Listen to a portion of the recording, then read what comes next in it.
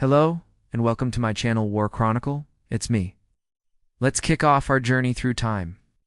Get ready for an adventure filled with tales of courage, bravery, and all the crazy things humans have done throughout history. Today we are going to talk about the Iran-Iraq War, 8 years of hell nobody talks about.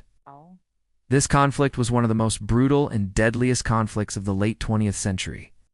And today we will explore why it happened, how it unfolded, and its lasting impact on both nations. So let's dive in and find out what really went down during this crazy war. Let's start by talking about the background of this war. Back in the 1970s, Iraq was ruled by a dictator named Saddam Hussein. He was a ruthless leader who had no problem cracking down on anyone who opposed him. But he wasn't just focused on his own country. He had his eyes set on expanding Iraq's power and influence in the region. But he wasn't the only one with big dreams. Enter the Ayatollah Khomeini, the religious leader who overthrew the Shah of Iran in 1979 and established the Islamic Republic of Iran. Khomeini wanted to spread the word of Islam to other countries, and he was unafraid to use force to do it. This was not music to Saddam's ears. He saw the Iranian Revolution as a threat to his own power, and he was worried that if the Iranian people could overthrow their leader, then maybe the Iraqi people would do the same to him. So he decided to take action. On September 22, 1980, Iraq launched a surprise attack on Iran, kicking off a war that would last for 8 long years. At first, it seemed like Iraq was winning. They had a bigger and better equipped army, and they were able to push the Iranian forces back. Plus, they had support from some pretty big players like the United States and some Arab nations. But the Iranian people were not ones to give up easily. Despite being outnumbered and outgunned, they fought back with all their might. And it wasn't long before the tide of the war started to turn. Iran had some secret weapons up their sleeve, namely their support from the Soviet Union and the delivery of arms such as anti-tank missiles. These weapons gave them the edge they needed to start pushing back against the Iraqi forces. As the war dragged on, it became clear that there was no easy victory in sight. Both sides were willing to fight for as long as it took, and neither side was willing to back down. This led to a brutal stalemate that lasted for years. But the fighting wasn't the only crazy thing happening during this war. There was also the chemical attacks. That's right. In an effort to gain the upper hand, Iraq started using chemical weapons on the Iranian forces. They attacked Iranian troops with mustard gas and sarin gas, causing horrible burns and respiratory damage. It was a nasty tactic, but it seemed to be working. The Iranian forces were being weakened, and Iraq was able to make some significant gains. But the Iranian people were not going to take this lying down. They fought back against the chemical attacks with everything they had. They developed their own chemical weapons and started using them against the Iraqi forces. It was a tit-for-tat that only added to the brutality of the war. As the war continued, it became clear that neither side was going to win a decisive victory. So they decided to call a truce and try to hash things out at the negotiating table. The Iran-Iraq War may not have been as well known as other conflicts of the time, like the war in Afghanistan or the Iran-Israel conflict, but it was just as intense and deadly. The war claimed the lives of hundreds of thousands of people on both sides and left a lasting impact on the region. In fact, the war between Iran and Iraq is considered one of the most significant conflicts of the 20th century. One of the most famous battles of the Iran-Iraq War was the Battle of Karbala. The battle took place in March 1984 near the city of Karbala in Iraq. At the time, Iraq was trying to push further into Iranian territory and had managed to reach the city of Karbala. The Iranian forces were determined to stop the Iraqi advance and defend their homeland. What followed was a fierce battle that involved thousands of soldiers on both sides.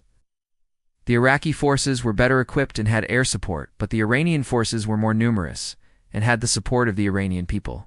The battle raged for days, and it seemed like neither side would give an inch. But in the end, the Iranian forces were able to hold their ground and prevent the Iraqi forces from advancing further. The Battle of Karbala was a turning point in the war. It showed that the Iranian forces were capable of stopping the Iraqi advance and defending their homeland. It also demonstrated the resilience and determination of the Iranian people in the face of a larger and more powerful enemy. Speaking of battles, another notable engagement was the Iran counteroffensive in 1986. After years of bitter fighting, The Iranian forces launched a major counteroffensive in 1986 aimed at recapturing Iraqi-held territory. The offensive began in April with a massive bombardment of Iraqi positions along the Western Front. The Iranian forces then launched a ground assault, pushing the Iraqi forces back and retaking several key towns and villages. The Iranian counteroffensive was a major success, and it showed the world that the Iranian forces were far from defeated. It was a morale boost for the Iranian people and a wake-up call for the Iraqi leadership. Another interesting aspect of the Iran-Iraq War was the role of the media. Both sides used the media to their advantage, often portraying the enemy in a negative light and their own actions in a heroic way.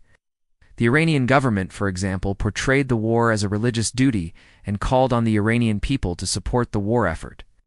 Meanwhile, the Iraqi government portrayed the war as a struggle for national honor and called on the Iraqi people to defend their homeland. But beyond the official propaganda, the media also played an important role in shaping public opinion.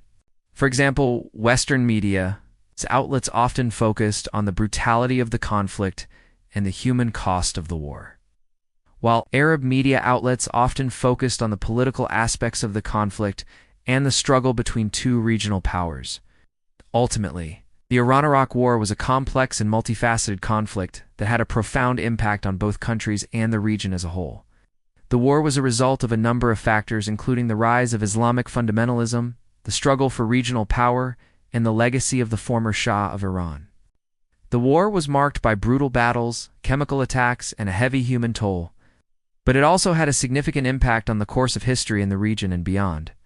The war helped to shape the political landscape of the Middle East and had a lasting impact on the relationship between Iran and Iraq. So what really made this war so crazy? Well, for starters, it was a classic example of a war of choice. Iraq had the option of not attacking Iran, but Saddam Hussein decided to do it anyway. He thought he had the upper hand and that he could easily defeat the Iranian forces. But he was wrong. The Iranian people were fierce fighters, and they were willing to fight to the death to defend their homeland. Plus, it wasn't just a war between two countries. It was a war between two ideologies. Iran was a newly established Islamic republic, and Iraq was a secular dictatorship. The two sides had fundamentally different views on how to govern a society, and they were not afraid to fight over it. And let's not forget the role of outside forces. The Iran-Iraq War was not just a bilateral conflict. It was a proxy war between the Soviet Union and the United States. The Soviets supported Iran, and the Americans supported Iraq. This meant that the war was never just about Iran and Iraq. It was also about the wider struggle between the two superpowers. It was a classic Cold War showdown, but instead of being fought with nukes, it was fought with tanks, missiles, and chemical weapons. But despite all the craziness, there were some moments of humanity during the war. Even in the darkest and most brutal conflicts, there are always glimmers of hope, and the Iran-Iraq War was no exception. Stories of kindness, compassion, and courage emerged from the rubble and the horror, reminding us that even in the face of unimaginable suffering, the human spirit can endure. There were doctors who risked their lives to treat wounded soldiers on both sides, civilians who opened their homes to refugees, and aid workers who braved danger to deliver food and supplies to those in need. These acts of humanity were a testament to the power of the human spirit and a reminder that even in the darkest of times, hope and compassion can prevail. Despite its intensity, the Iran-Iraq War eventually came to an end in 1988 with the signing of a UN-brokered ceasefire. The war had taken a heavy toll on both countries, and it was time to move forward.